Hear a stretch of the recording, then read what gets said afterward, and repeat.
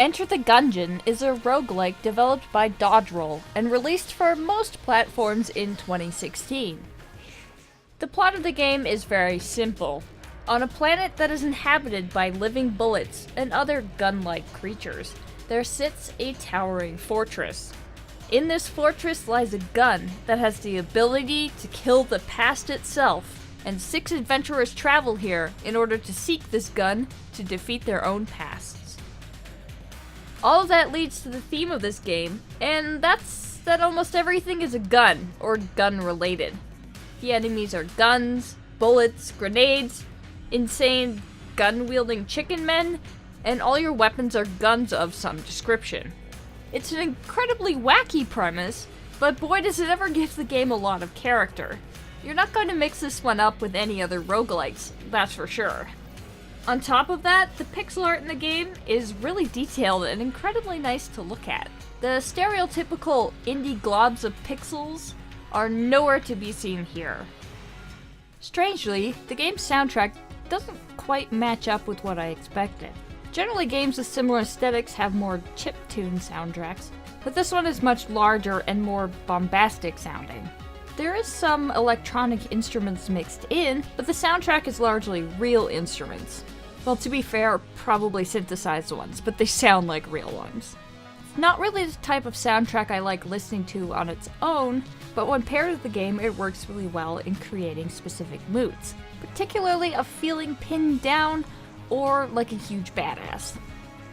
When you begin the game, you have to select one of the 4 Gungeoneers available to you. The other 2 I mentioned before, you'll have to unlock later. All of the characters have different weapons and abilities, such as the hunter with a helpful corgi, and the pilot who is able to pick locks. As they all have different strengths and weaknesses, you'll have to try them all out and see which fits your playstyle the best. And don't worry, you're probably going to be dying quite a bit here, so you'll get plenty of time to try. Not only is the game as punishing as many roguelikes tend to be, this one happens to add bullet hell mechanics into the mix.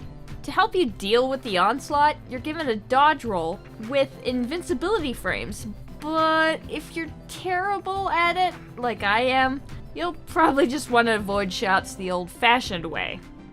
The controls of the game are similar to many shoot-'em-ups in that it uses a twin-stick system. One stick lets you move around, while the other allows you to aim your gun in all different directions. Of course, if you're not using a gamepad, the place of the sticks is taken by your mouse and keyboard, and while it's not the way I prefer to play, this method of control works just fine. Another mechanic in the game is reloading.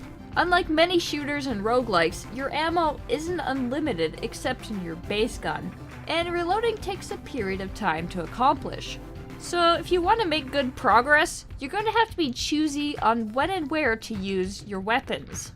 Speaking of the weapons, Enter the Gungeon is often way too stingy about handing them out. I've gone entire levels without finding anything useful, and when that happens, it's often easier to just restart than to continue on and just die. The game does give you a little more once you unlock the armory, but I really do wish it was a little fairer at times. The rooms themselves have various mechanics built into them to assist you through the gungeon. You can flip over tables for cover, as well as flip switches to cause various things to happen, such as dropping chandeliers on your enemies. Sadly, as cool as that seems, I found that enemies were almost never in the right place at the right time, so it was kinda useless for me. Speaking of the rooms, every level of the gungeon is randomly generated every single time you start a new game, so you'll always be seeing something different. The only thing that remains constant is the starting area, which has more than just the knowledge base once you unlock certain stuff, and the boss areas. It's random which boss you will get on which floor, but they are always the same otherwise. Another useful mechanic is the ability to warp around a dungeon. Once you've opened rooms on the level up, you can open up the map and warp to them if they have a warp pad inside. This makes trekking around larger levels quite a bit faster. It's also really useful if you really need to get to the shop ASAP. Finally, there's another awesome unlockable, and that is the shortcuts. Once you find these, you can start getting further into the gungeon without having to go all the way back through every single time.